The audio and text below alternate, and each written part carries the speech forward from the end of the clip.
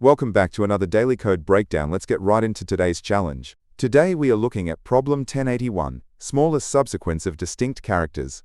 Before we start, if anything confuses you during this video, please drop a comment below.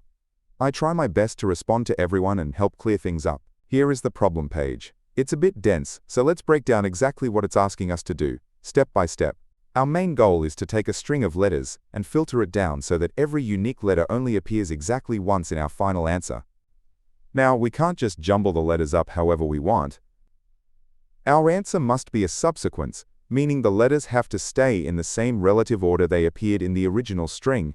And finally, the trickiest part. Out of all the valid ways we could pick our letters, we need to pick the one that is the smallest lexicographically.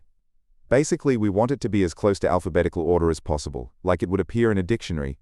Let's make this concrete with an example. Suppose our starting string is B, C, A, B, C.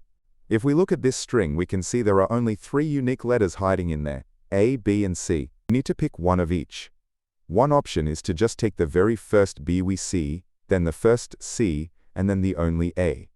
That gives us the string B, C, A. But what if we wait?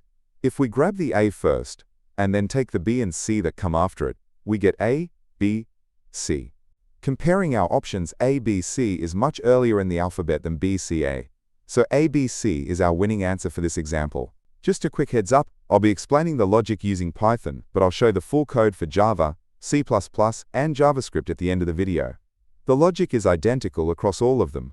To solve this efficiently, we'll use an approach combining a greedy strategy with a data structure called a monotonic stack. This just means we'll build our perfect string one letter at a time, keeping it as alphabetical as possible. The greedy part is simple. As we read through our letters, if the letter we are looking at right now is alphabetically smaller than the letter we just recently put in our answer, we want to swap them. But there's a huge catch. We are required to have exactly one of every unique letter. We can only throw away a letter we previously picked if we are absolutely certain there is another copy of that same letter waiting for us later in the string. Okay, let's look at the setup code. We create 2 lists of 26 zeros, one for each letter of the alphabet. First, we loop through our string and count up exactly how many times each letter appears. This is how we'll know if a letter shows up again later. We also create an empty list called our stack. We will use this to slowly build our final answer, adding and removing letters from the end of it as we go. Now for the main event. We loop through every single character in our string one by one. We also figure out the alphabet index for our character, so A is 0, B is 1, and so on. Before we do anything, we check our visited list. If we already have the current letter sitting safely inside our stack, we completely ignore it and move on. We only want one of each, after all. If it's a new letter, we enter a loop. We check the top item on our stack. Is it alphabetically larger than the letter we are holding right now? If it is, it's making our sequence worse, so we might want to get rid of it. We look at our counts list to see if there are any more copies of that top letter coming up later in the string. If there are, it's safe to throw it away. We mark it as no longer visited and pop it off the stack. But if our count says 0, it means that letter is the very last one of its kind. Even if it's ruining our alphabetical order, we are forced to keep it, so we break out of the checking loop. Once we've popped off all the larger letters we safely could, we mark our current letter as visited and stick it onto the top of our stack. Crucially, whether we added the letter to the stack or skipped it, we must decrease its count in our remaining counts list, because we've now processed this position in the string. Finally, once the loop finishes, our stack contains the perfect sequence. We just join the characters together into a solid string and return it. Here is how that all looks put together. To really cement how this works, let's trace through a quick example. Let's run our BCABC example. At the start, we've counted 1 A, 2 Bs, and 2 Cs in total. We hit the first B. Our stack is empty, so we just add it. We update our remaining count for B. Next is C. C is bigger than B, so it's perfectly alphabetical. We just add it to the stack and update the count. Now we hit A. We look at the top of our stack, which is C. C is bigger than A. Are there more Cs coming later? Yes, so we greedily pop C off the stack. Our loop continues. Now the top is B. B is also bigger than A, and yes, we have another B coming later. So we pop B off as well. Our stack is now empty, so we push our A. Look at that. By being greedy, we completely replaced B and C with A, getting a much better start. Next letter is B.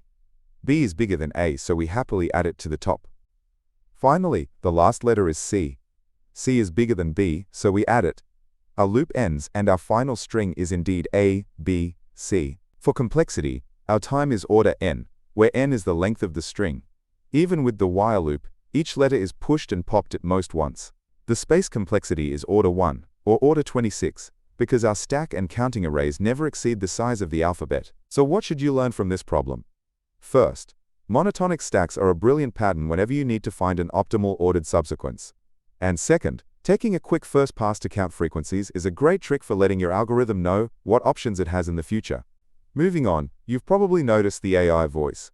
I built this channel to instantly generate visual breakdowns for my own studying, and I've started sharing them here. I'm testing out this faster, more visual slide format for recent videos. Because the format is a bit different, please let me know down in the comments if you prefer this fast-paced visual style or the older text-heavy style. And again, drop any questions about the problem logic there too. Alright, as promised, let's look at the solutions for other languages. Remember, you don't need to pause and type these out. Just use the link in the description to copy the exact code from my site, Leetcode Unlocked. Here is the full solution translated to Java. Next up, here is the exact same logic written in C++. And finally, here is the solution in JavaScript. Before we wrap up, just a reminder that my main goal is to create a library covering every single Leetcode problem. If you are studying problems outside of the daily challenge, check out the main channel linked below. If you found this breakdown helpful and want to support the channel, consider leaving a tip at buymeaboba.com/leetcodedaily. Otherwise, dropping a like and subscribing is completely free and helps out a ton. Keep up the daily coding, and I'll catch you in the next one.